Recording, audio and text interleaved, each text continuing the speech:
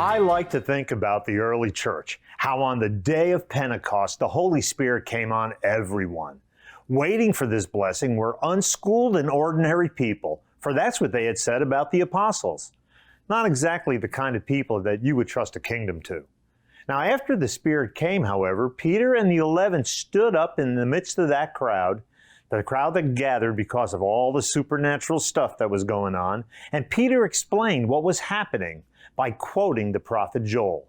Now, many of us here put the focus on the supernatural manifestations, and they are certainly worthy of notice.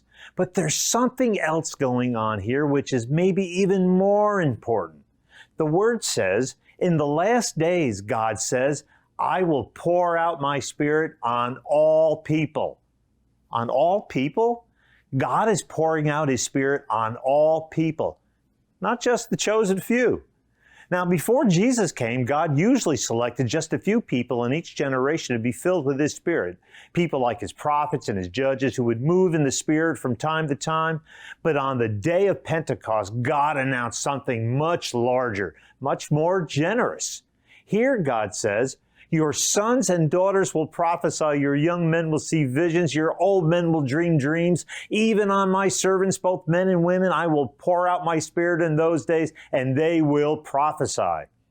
Now, this passage is not talking about how the Spirit regenerates us for entry into heaven. It's talking about receiving power here on this earth before we die so that we can be God's mouthpieces. It states as fact that God's people will prophesy, they will see visions, and they will dream dreams. And that's not all. The scriptural testimony is clear that the Holy Spirit will move with all kinds of supernatural power through all classes of people, young and old, rich and poor, male and female. People of God, it's time for us to wake up and see that God has empowered all of us to be useful workers with supernatural power.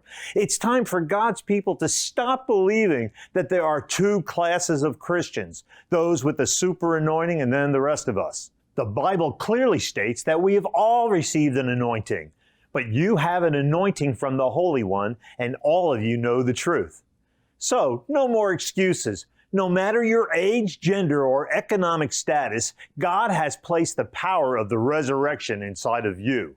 And since this is the case that every person has a spiritual manifestation, spiritual leaders have a responsibility to recognize the grace and giftings in each person. Pastors should ask God to help them recognize what God is doing in their church members. Husbands need to identify the giftings in their wives and children, and we all should seek to discover and recognize the grace that God has put in everyone around us.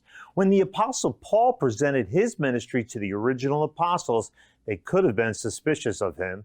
After all, he had a history of going around and killing Christians. But instead, they discerned the gifts in him and gave him the right hand of fellowship.